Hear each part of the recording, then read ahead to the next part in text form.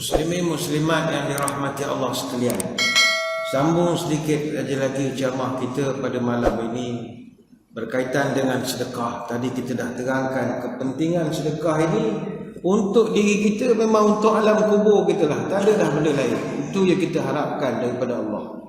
Maka buatlah 7 amalan, kata Nabi, yang boleh menjadi pencen kubur kita.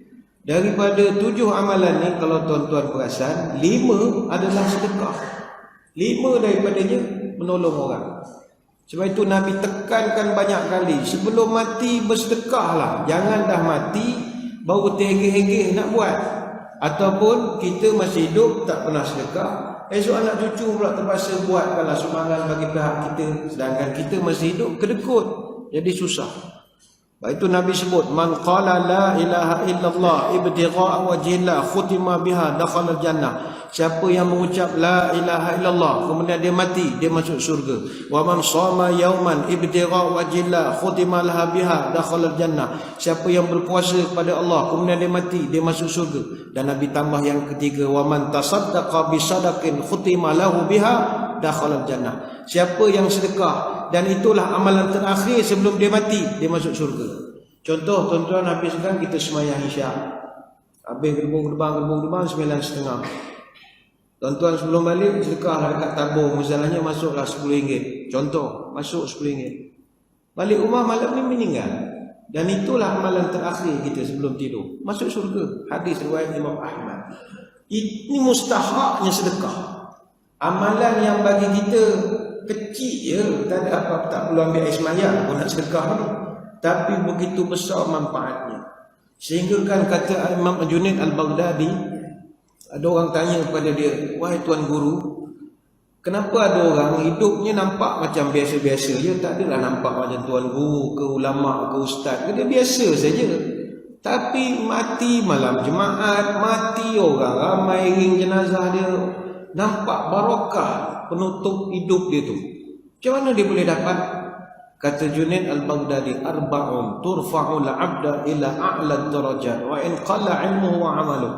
Ada 4 amalan atau 4 perkara kalau ente boleh buat, walaupun engkau orang yang tak tinggi ilmu, bukan ustaz baru nak start, bukan ulama, bukannya ahli ibadah. Ada orang ahli ibadah, dia khatam Quran seminggu sekali, puasa Isnin Khamis. Kita mana sempat, puasa Ramadan pun nasib baik.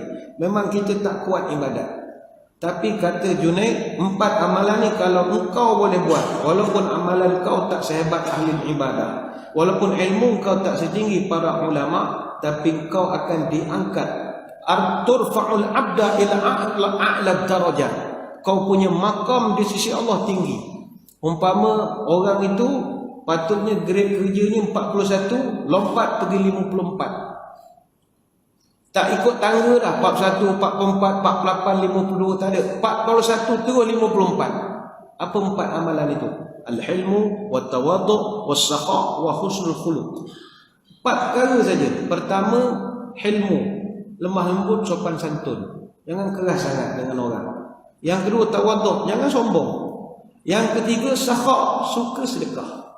Dan yang keempat, husnul khuluq, berperangai baik. 4 perkara ni cuba kita perhatikan orang-orang yang kita kenal yang dah meninggal, yang meninggal hari elok, meninggal di Mekah, meninggal malam Jumaat, meninggal apa. Cuba tuan-tuan perhatikan cara hidup dia orang. Walaupun dia bukan ulama, orang kampung, saudara mara kita, bukan orang biasa ya. Tapi meninggal tu tengok jenazah senyum, ada air mata, nampak kita rasa macam dia ni tidur je. Apa kemuliaan yang dia dapat? Ada orang mati tengok muka dia pun nampak dia tengah susah. Perit je muka dia, macam tengah kena apa di alam ni kita tak tahu. Tapi ada orang macam relax je kita tengok. Apa sebab? Rupanya masih hidup, walaupun dia bukanlah ahli ibadah jenis sembahyang malam macam orang lain, tapi lemah lembut, tak pernah sombong, suka melayan orang, suka menghormati tetamu, suka sedekah, nolong-nolong budak-budak. Ada satu orang makcik di kampung saya dulu. Nah, makcik kampung ni bukanlah ustazah mengajar-mengaji apa, tak ada. Tapi dia ni suka, rumah dia depan sekolah. Kalau budak-budak balik sekolah tu, sambil-sambil nunggu mak bapak datang apa, dia buat aiskrim Malaysia tu yang panjang-panjang tu. Alah aiskrim TO, aiskrim Milo agak melen-melen air sarapan apa tak tahu lah. Dia bagi budak. Bagi budak. Ketika dia meninggal, Masya Allah, meninggal pula pagi Jumaat, puja genyai urutkan. Orang tengok. Betul lah, banyak sedekah, banyak menolong orang ni ada kemuliaan. Sedekah ya tuan-tuan, banyak sungguh manfaatnya. Baik itulah hadirin hadirat sekalian. Ada orang yang kita nampak hidupnya ini macam gaya hebat sangat penampilannya, semenggah dengan gaya jubah, serban, dengan kopiah macam-macam. Tapi kematiannya nampak biasa-biasa saja. Ada orang nampak biasa saja tapi kematiannya luar biasa. Ini Nabi pun pernah sebut, innar rajula la ya'malu 'amala ahli jannah fima yabdu wa huwa min ahli nar. Kau akan jumpa satu zaman orang yang kau tengok, wah, pakaian macam ahli ibadah luar biasa sekali dengan serban, dengan jubah macam-macam. Tapi rupanya dia tu ahli neraka, kata Nabi. Tetapi wa inna rajul la ya'mal amala ahli nar fima yabdu linnas wa huwa min ahli jannah. Tapi kau akan jumpa pula orang yang nampak biasa-biasa saja. Sampai orang pun tak pandang pun pada dia. Orang tak hormat pada dia. Tapi wa huwa min ahli jannah. Dia sebenarnya ahli surga. Ini hadis riwayat Imam Bukhari. Imam Bukhari susun dalam kitab Al-Jihad Wasiyar. Bab jangan mudah mengatakan orang ni mati syahid. Ni mati syahid, ni mati syahid. Tak, kita tak tahu amalan ni. Jadi kalau nak selamat, banyakkanlah bersedekah. Tapi kita doa kepada Allah, kalau tak dapat mati hari Jumaat pun, matilah dalam keadaan husnul khatimah. Janganlah mati meninggal tepi jalan seorang-seorang. Orang tutup dengan sok kabur Cina, tak syok lah mati. Tak berapa syok, tak berapa nampak kehebatan. Tutup dengan sok khabar balik tulisan Melayu ke berita harian, okey, sok khabar Cina tutup letih, komen tutup letih. Biarlah ada kemuliaan sikit.